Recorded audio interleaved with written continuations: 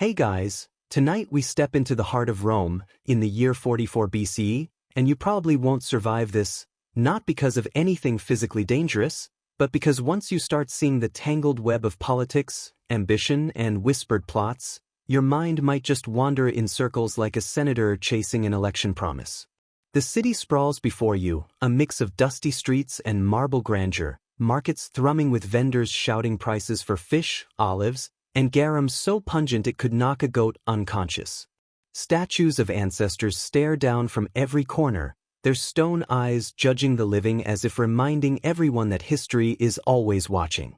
You trudge past the forum, where the latest political pamphlets flap in the breeze and orators shout over each other like musicians competing for attention. Somewhere, a plebeian complains about taxes, while nearby, a senator adjusts his toga with careful precision, trying to appear noble and harmless at the same time. So, before you get comfortable, take a moment to like the video and subscribe, but only if you genuinely enjoy what I do here.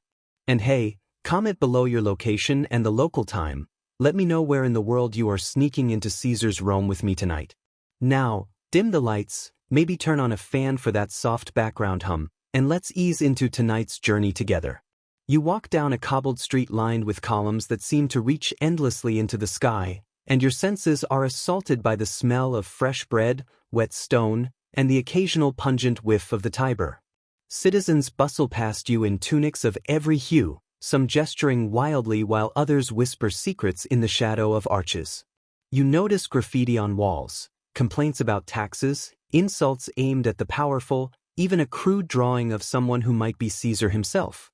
Historians still argue whether ordinary Romans even fully understood the implications of his rise, but you feel the tension in the air, a hum beneath the city's constant chatter, like the calm before a storm. From here, you can see the Senate building, imposing and regal, where senators in their crisp white togas convene to debate laws, politics, and yes, each other. Rumors of conspiracies slip like smoke between the columns. You imagine yourself slipping through the crowds, observing Caesar's return from his campaigns, hearing the whispers of loyalists and skeptics alike. Somewhere nearby, a street performer juggles knives, and you can't help but think, not nearly as dangerous as political life today. And yet, every gesture, every nod, every whispered word in this city carries weight, a weight that will soon crush some and elevate others. Even now, before any swords are drawn, before any words of betrayal are spoken, you feel the pulse of Rome under your feet, a pulse that beats in sync with ambition, fear, and the faint thrill of watching history unfold in real time. The sun dips low, casting shadows over the forum, and you realize that tonight, you will witness more than just politics. You will witness the tension, the pride, the petty jealousies, and the grandeur that define the life and eventual death of Julius Caesar. And somewhere in the back of your mind, a small, cheeky thought. At least this city smells better than Gaul in summer.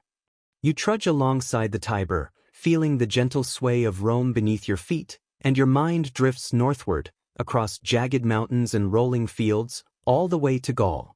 Julius Caesar, your subject tonight, has spent the better part of a decade carving his name into the European landscape, not with pen and parchment, but with the rhythm of marching boots, the clang of swords, and the occasional bizarre customs of the Gauls that would make even the hardiest Roman pause. Imagine watching Celtic chieftains dyeing their hair bright blue from woad, painting themselves like some sort of walking omens, or hearing that in certain tribes, Druids claim the right to interpret the will of the gods through the flight patterns of birds. You probably won't survive this, but you can at least savor the vivid imagery without worrying about being skewered in the process. Caesar's campaigns in Gaul are legendary, not just for their brutality, but for the meticulous detail with which he documents them. Historians still argue whether his Commentarii de Bello Gallico is more propaganda than memoir, but you can't help but be impressed as you read passages where the numbers of tribes defeated seem almost fantastical, hundreds of thousands marching, clashing, surrendering, and yet each skirmish recorded with unnerving precision. You imagine the soldiers, dusty and sweaty, marching over the same hills you might one day climb yourself, gripping spears and shields, occasionally breaking into song to ward off the monotony. And the fringe tidbits. One Roman engineer once constructed a bridge in 10 days over a river that locals claimed was impassable, and yes, they probably exaggerated how much screaming the Gauls did. As you wander through this mental landscape, you feel the strategic mind of Caesar, always 3 steps ahead, calculating not just victories, but how each conquest might translate into influence back home. The Gallic Wars are not just military triumphs, they are political currency, a way to demonstrate loyalty to Rome and earn the adoration of citizens who have never left the city. You picture triumphant parades, legions marching past cheering crowds, banners fluttering, and elephants that have been brought north for spectacle, their very presence a statement of conquest. Scholars debate whether these displays were genuine expressions of Roman pride or carefully staged theater meant to hypnotize the populace, and perhaps both, because Caesar understands that perception is often more potent than reality. You also note the smaller, almost charming details. Soldiers practicing archery with wild enthusiasm, centurions arguing over the best way to roast meat, and the Gauls themselves, who sometimes ambush, sometimes trade, and sometimes simply stare at the Romans like bewildered cats. All of this, combined with Caesar's relentless ambition, creates an atmosphere where military genius and political cunning intertwine, laying the foundation for his later return to Rome. And you, wandering in this landscape from the comfort of your chair, can feel the tension, the rhythm of armies, and the quiet hum of strategy that will soon ripple back into the city you already know, foreshadowing the drama that will soon unfold within the marble walls.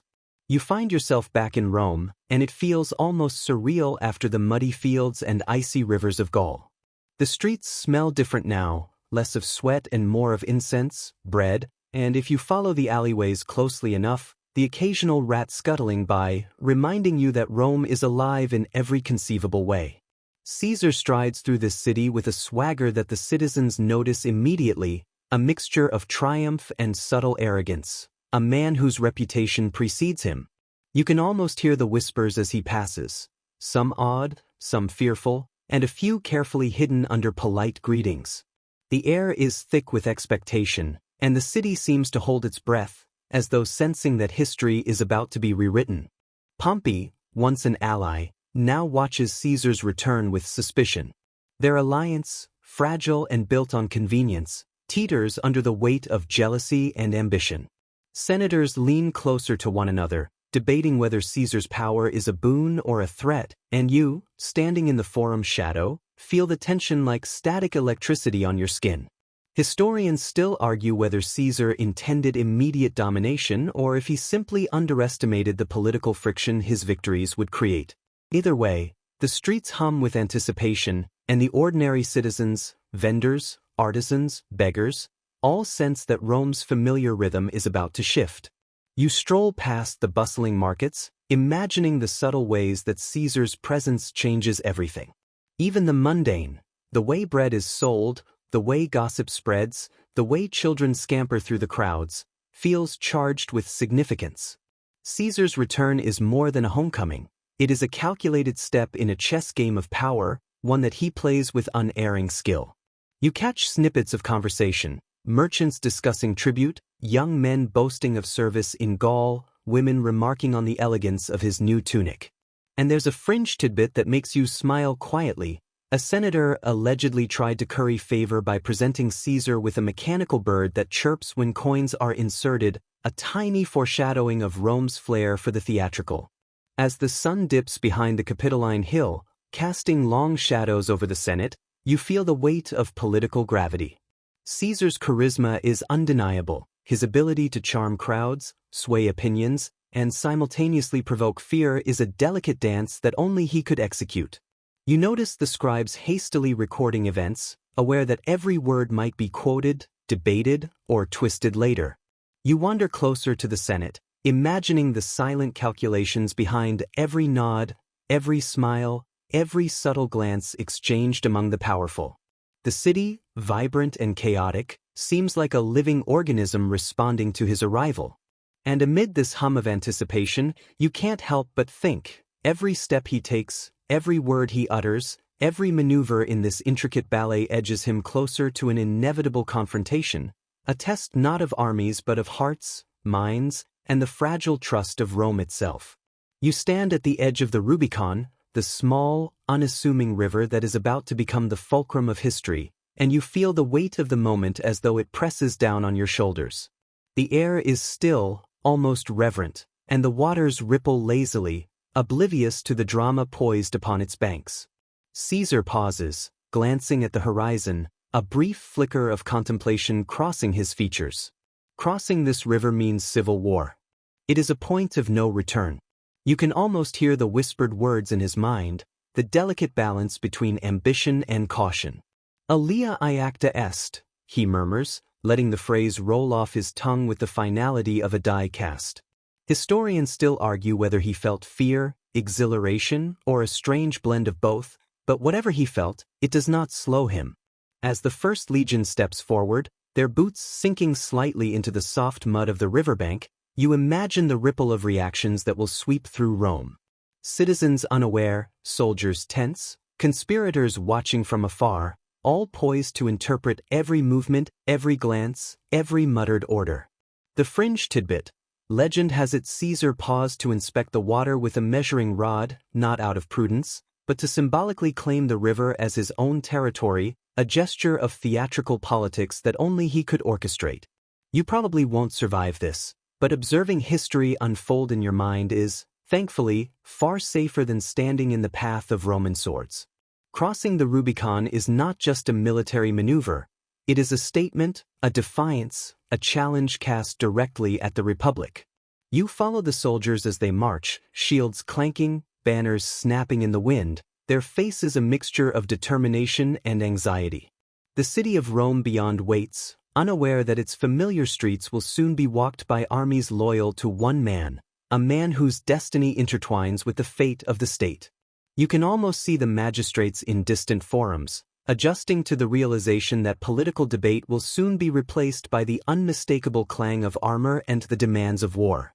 Alongside the historical gravity, you notice smaller details that humanize this monumental event: a legionary dropping a coin into the river as an offering to the gods, a stray dog barking at the marching formation, a general quietly whispering encouragement to a nervous centurion.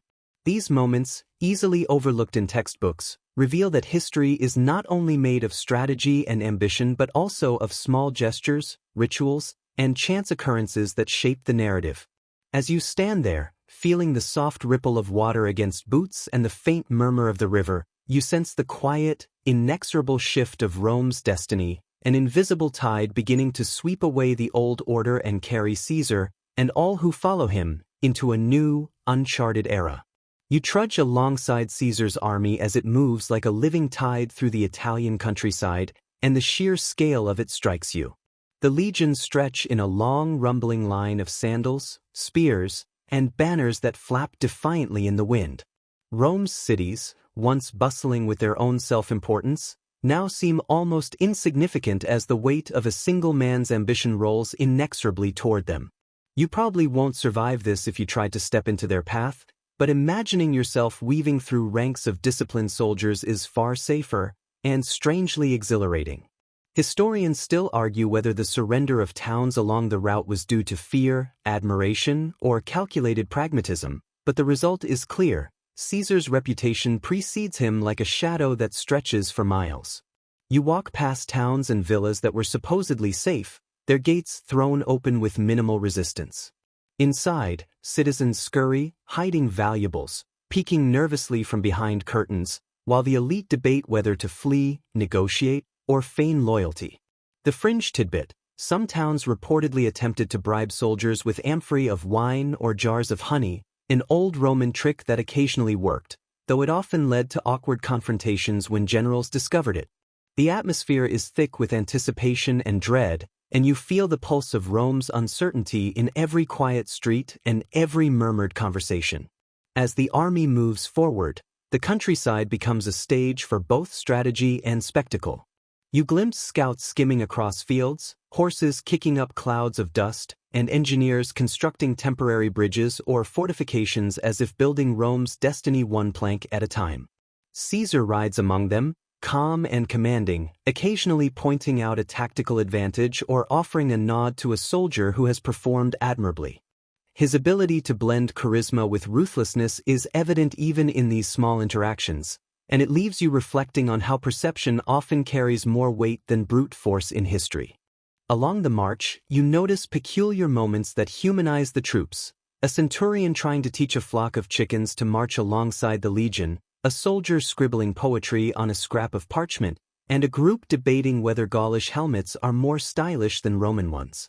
These glimpses of daily life remind you that even amid sweeping historical events, humanity persists, quirky and vivid. And as the sun dips low, shadows stretching across olive groves and cobblestone villages, you sense the inevitability that Pompeii will retreat, cities will capitulate, and Rome itself will feel the first tremors of civil war. Every step, every drumbeat, every flicker of a torch in the dusk brings you closer to the tension of the coming confrontation, where ambition and loyalty, fear and cunning, will collide in the streets of the Eternal City. You trudge alongside the Nile, feeling the humidity cling to your skin, and watch as Caesar becomes entangled in a drama more exotic than anything Rome could offer. Egypt, with its golden deserts and endless river, is a land of mystery and political intrigue, and Caesar's arrival coincides with a dynastic struggle that smells, quite literally, of incense, papyrus, and tension. Cleopatra, young and cunning, emerges from this backdrop like a figure painted in living color, her eyes gleaming with intelligence and calculation. You probably won't survive this, but observing the dance of power from the comfort of your imagination is safe and endlessly fascinating.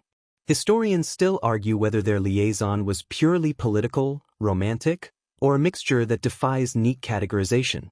You follow the unfolding drama. Cleopatra, famously smuggled into Caesar's presence rolled in a carpet, captivates not only the general but also the Roman imagination. The fringe tidbit: some sources claim she had a pet asp with her, a silent symbol of cunning and danger, though whether it's true or just rumor is anyone's guess. Caesar navigates this intrigue with a blend of charm and strategic foresight, balancing diplomacy, personal interest, and the broader needs of Rome. You can feel the tension in the palace corridors, where every whispered word carries weight, every gesture is scrutinized, and the shadow of potential betrayal lingers like a cat waiting to pounce. The political stakes are immense. Cleopatra's throne is contested, her brother Ptolemy XIII a dangerous rival, and Caesar's decision to intervene will ripple across both Egypt and Rome. You imagine the Nile at dawn, mist rising over the water, as armies align on its banks, soldiers murmuring prayers to gods you've never heard of, and envoys negotiating terms with cautious optimism. Small human moments occur amid this chaos. A scribe nervously records names and titles, a servant accidentally spills wine, and an elephant brays in the distance, disrupting what might have been a solemn audience. Each of these minor details adds texture to the scene, reminding you that history is alive, unpredictable, and sometimes delightfully absurd. As the days pass along the Nile, Caesar and Cleopatra maneuver like chess players, every interaction charged with significance. You can almost hear the river itself whispering, as if aware that it carries not only water but the destiny of empires. Soldiers march under the sun, engineers build bridges, and messengers dart between camps, each step a small contribution to an unfolding story that will be remembered for centuries. Amid this, Caesar's character is revealed: decisive, curious, and unafraid of risk, willing to gamble with both politics and personal connections to secure a future that he envisions, even if the consequences remain uncertain.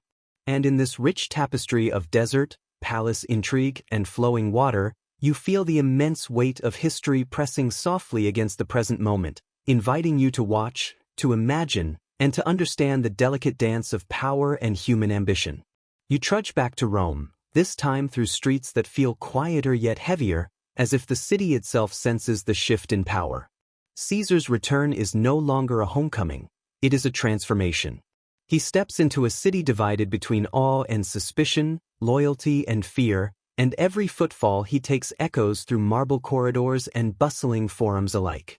You probably won't survive this walk among the ambitious without bumping into intrigue, but watching the dance from your chair is perfectly safe and fascinating. Historians still argue whether his reforms were genuinely aimed at improving Rome or primarily consolidating power, But the effect is undeniable. The republic is bending toward one man's vision. You observe the streets as citizens whisper about new policies, land distribution for veterans, calendar reforms, and public entertainments designed to pacify and charm. Caesar's charisma is palpable. He mingles with senators, plebeians, and merchants with the same calculated ease, balancing charm with authority. Fringe tidbit. Rumor has it he once hosted a dinner where the menu was determined entirely by the roll of dice, a whimsical act meant to impress yet subtly intimidate. The city breathes around him, alive with gossip, speculation, and the low murmur of anticipation, as if everyone knows that ordinary routines are now intertwined with extraordinary ambition. You wander past the Senate, imagining the debates echoing through its marble halls. Senators gesture with exaggerated politeness, some plotting subtly, others attempting genuine cooperation, all while masking their true intentions. The political theater is complex. Caesar is both actor and director, managing alliances, silencing dissenters, and maintaining a delicate public image. You notice small details: the scribes who take meticulous notes, the slaves who carry messages, the occasional street dog that wanders in unnoticed, but each contributes to the texture of a city in transition. At the same time, Caesar consolidates power through legal and social reforms. He revises the calendar, reorganizes local governance, and strengthens the distribution of grain, blending practical governance with visible demonstrations of care for the populace. Yet, even as these achievements earn admiration, murmurs of unease grow louder. You feel the tension, a subtle current that will soon surge into outright confrontation. Every pat on the back, every handshake, every public display is a step along a tightrope over a chasm of political rivalry, with Brutus, Cassius, and other senators waiting patiently for a misstep. And as night falls, the city glows under torches and lamps, each flicker a reminder that power, even when benevolent, casts long shadows. Shadows that will eventually converge in one fateful, marble-lined chamber. You glide silently through the marble halls of the Senate, feeling the chill of stone beneath your fingertips and the weight of whispered conspiracies pressing on every corner. Senators, usually measured and composed, now flick glances at one another, leaning into shadows to exchange quiet words. Caesar's presence dominates the room, but it is the tension in the air that really tells the story. Some admire him, some fear him, and some, like Brutus and Cassius, nurse ambitions that simmer dangerously beneath the surface. You probably won't survive this if you tried eavesdropping, but imagining yourself as an invisible observer allows you to witness the interplay of loyalty, ambition, and treachery safely. Historians still argue whether Brutus's motivations were genuinely republican or tangled with personal grievance, and this uncertainty colors the entire atmosphere. The senators' maneuvers are intricate, almost like a delicate game of chess. Each handshake, each nod, each careful pause is a calculated move. You notice that even minor acts, adjusting a toga, shifting one's stance, or carefully choosing where to sit, can carry messages as loud as a speech. The fringe tidbit: one senator reportedly trained his pet parrot to squawk warnings whenever Caesar entered, though whether it truly served as an alert system or simply amused gossipers remains debated. The Senate's corridors echo with murmurs, with promises, with subtle threats hidden beneath polished words, and every participant is acutely aware that power can pivot on a single sentence or gesture. Outside, the city hums with oblivious life. Merchants haggle over fish, children race past with stolen bread, and the Tiber winds lazily through Rome, indifferent to the scheming inside the marble chambers. But within, the stakes could not be higher. Every conversation inches toward inevitability. You walk past the desks and benches, noting the faint scratch of quills, the shuffle of scrolls, the nervous coughs, all small signs of the growing anxiety. Caesar's reforms, his consolidation of power, and his charisma have reshaped Rome, but they have also painted targets on the backs of those who once called him ally. You linger near Brutus and Cassius, imagining the careful whispers, the restrained glances, the subtle nods that will blossom into open betrayal. Each senator is a study in human contradiction: duty versus envy, fear versus courage, loyalty versus ambition. You catch glimpses of old friendships strained, of whispered recriminations, of alliances forged in shadows rather than sunlight. And as the sun sets over the Capitoline Hill, casting long, trembling shadows through the Senate chambers, you feel the palpable tension, like a coiled spring, that will soon snap. Rome itself seems to hold its breath, aware that within these walls, the seeds of tragedy are being sown, and that no stone, no scroll, no whispered secret will escape the storm that is approaching.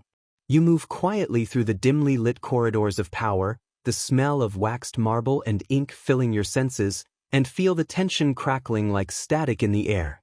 The Ides of March approach, and the conspirators gather, their whispers measured, their gestures calculated. Brutus consults his closest allies, weighing loyalty to Caesar against loyalty to the Republic, and Cassius sharpens his tongue as if it were a blade. You probably won't survive this if you stepped into their plotting, but imagining yourself shadowing their every movement is thrilling and a little unnerving. Historians still argue whether the plot was inevitable or a product of paranoia, but the suspense is undeniable.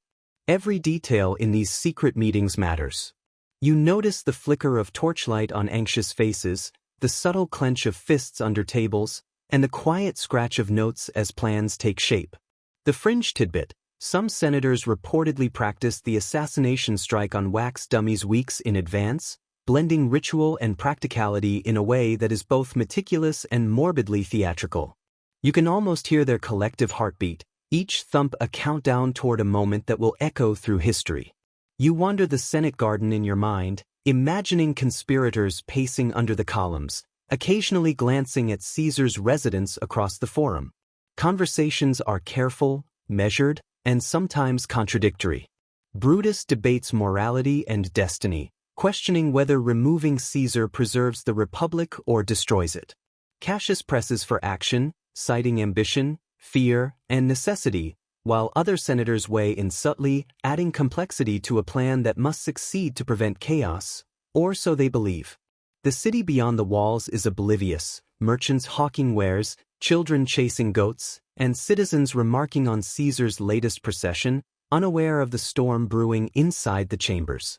You can sense the psychological strain on each conspirator. Sleep is fitful, meals tasteless, every public speech from Caesar dissected for intent. Small human details pepper the tension. A senator forgetting his lines, another whispering a family anecdote to mask nerves, a candle guttering and casting ominous shadows that seem to dance in mockery. And as the Ides of March draw near, you feel a palpable crescendo of suspense, the perfect blend of anticipation, dread, and human frailty. Every movement, glance, and word inches them closer to the fateful morning, when the corridors of marble will bear witness to ambition and betrayal entwined so tightly that nothing will ever be the same. You stand at the entrance of the Senate on the morning of the Ides of March, the first chill of dawn brushing your skin, and you feel a strange mix of anticipation and dread. Senators trickle in, faces calm but minds storming, as though the marble walls themselves are pressing in on their thoughts. Caesar approaches, confident and unaware, his toga folded with practiced elegance, his demeanor radiating the same magnetic authority that has both enthralled and unnerved Rome. You probably won't survive this if you were walking these corridors physically, but witnessing the moment from your imagination is thrillingly safe. Historians still argue whether Caesar sensed the danger, or if hubris blinded him entirely, but the tension is palpable and undeniable. As he enters, Brutus and Cassius exchange subtle glances, the kind that could be mistaken for casual acknowledgement but are loaded with intent.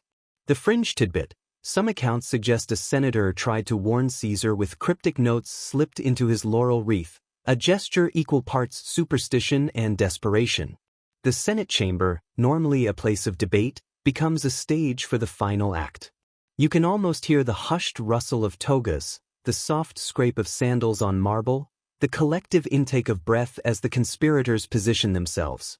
You follow every moment as if slowed down. Caesar greets colleagues, accepts petitions, and moves toward his assigned seat. Brutus hesitates, caught between loyalty and perceived duty. Cassius leans forward, hands twitching. Then, with sudden precision, the attack begins. You feel the shock reverberate through the room, the clash of ambition and betrayal manifest in swift, decisive action. Senators shout, some leap to intervene, and the air is thick with fear, confusion, and the sharp scent of metal. Caesar fights briefly, his authority and presence not diminished even in his final moments. The city outside remains oblivious, birds chirping in courtyards, merchants setting up stalls, a stark contrast to the chaos within. Amid the tragedy, small human details emerge, a senator trembling as he witnesses the violence, a scribe dropping his scroll in terror, and even Brutus, whose resolve is tested by the finality of the act. You feel the weight of history pressing down, the end of one era, the beginning of another, and the human complexities that define both. In that chamber of marble, ambition, loyalty, fear, and destiny collide in a moment so dense it seems almost suspended in time. And as the echoes fade, you sense the transformation not only of Rome but of the very idea of power, trust, and the fragile veneer of civility in the city that has witnessed so much. You step back into the streets of Rome in the aftermath, and the city feels altered, as if the marble itself has absorbed the tension, the shock, the betrayal. Citizens wander through the forum, unaware in detail of what has just occurred, yet sensing an uneasy shift, a subtle tightening in the rhythm of daily life. Caesar is gone, and in his absence, a void opens, one filled with fear, confusion, and opportunism. You probably won't survive the swirling uncertainty of the moment if you try to wade through it physically, but observing it in your mind's eye allows you to trace the threads of power and consequence safely. Historians still argue how quickly Rome could have descended into chaos had the conspirators acted differently, but the streets themselves now tell a story of tension, rumor, and whispered speculation. You imagine Brutus walking through the Senate, his face pale yet composed, carrying the weight of decisions that no man could easily bear. Cassius follows, eyes alert for both danger and opportunity, knowing that the city's heartbeat has shifted. The fringe tidbit: some reports suggest that a few chickens in the forum panicked during the assassination and caused minor chaos, a tiny reminder that even the natural world participates unknowingly in human drama. Citizens speculate wildly. Some hail the act as a restoration of the Republic, others mourn Caesar as a tyrant unjustly slain. You wander through both reactions, noticing that the city itself, its markets, its temples, its taverns, becomes a living repository of human emotion, each whispering the beginning of stories that will persist for centuries. Amid the uncertainty, you see the mechanisms of power struggling to regain equilibrium. Officials attempt to calm citizens, soldiers patrol strategically, and letters fly between distant governors and magistrates. Yet, even in this chaos, Caesar's reforms, his vision, and his influence linger. Rome is in flux, and every citizen, from the senator to the street vendor, becomes part of an unfolding narrative that historians will analyze for millennia. You note the subtle interplay of fear and opportunity. Some see chance, some see doom, and some simply try to survive. And in the quiet moments, after the shouts, after the proclamations, after the panic, you feel the weight of legacy pressing softly, the sense that even in death, Caesar has reshaped the destiny of a city, an empire, and the very definition of ambition itself. You sink into a slow, gentle rhythm, the streets of Rome fading into soft shadows and warm, golden light. The marble walls seem less imposing now, their edges softened by the evening sun, and the bustling forum is replaced by a quiet hum, like the city itself is exhaling after a long day. You probably won't survive this sensation if it were literal, but your mind moves freely through the echoes of history, drifting alongside memories of triumph, betrayal, and fleeting human moments. Historians still argue about the precise legacy of Caesar's final days, but in this gentle pause, you feel the complexity of it all without the weight of urgency.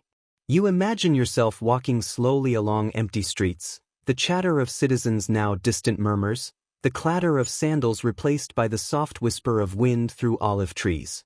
The Tiber flows steadily, reflecting twilight in calm ripples, reminding you that time moves, inexorably, even after momentous events. Fringe tidbit: some Romans believed that rivers carried memories of the past, and as you gaze at the water, it seems to carry the soft echoes of laughter, footsteps, and whispers from long ago. You take a deep breath and let the imagined scents of bread, incense, and sun-warmed stone mingle in your mind, a sensory lullaby that eases tension and invites reflection. Every shadow now seems to stretch in slow, deliberate motion, every column and arch softened in outline, as if Rome itself were sighing and settling into night. You pass imagined courtyards where children play quietly, dogs wander lazily, and lamplight dances across smooth stones. Each small detail reminds you that life continues, ordinary and extraordinary, woven together like threads in a tapestry. The grandeur, the ambition, the betrayals, they all fade gently into the background of memory, leaving only the soft hum of continuity. Finally, you feel your own breath slow, matching the rhythm of a city recovering from upheaval. The pulse of history softens to a whisper, the clamor of human ambition settles into silence, and your mind floats alongside Rome, observing yet unburdened. The weight of events lingers, but it is softened by reflection, imagination, and the gentle cadence of your own breathing. And in this serene twilight, you sense the continuity of life and story, the soft resonance of choices, and the quiet, persistent presence of human endeavor echoing through the centuries.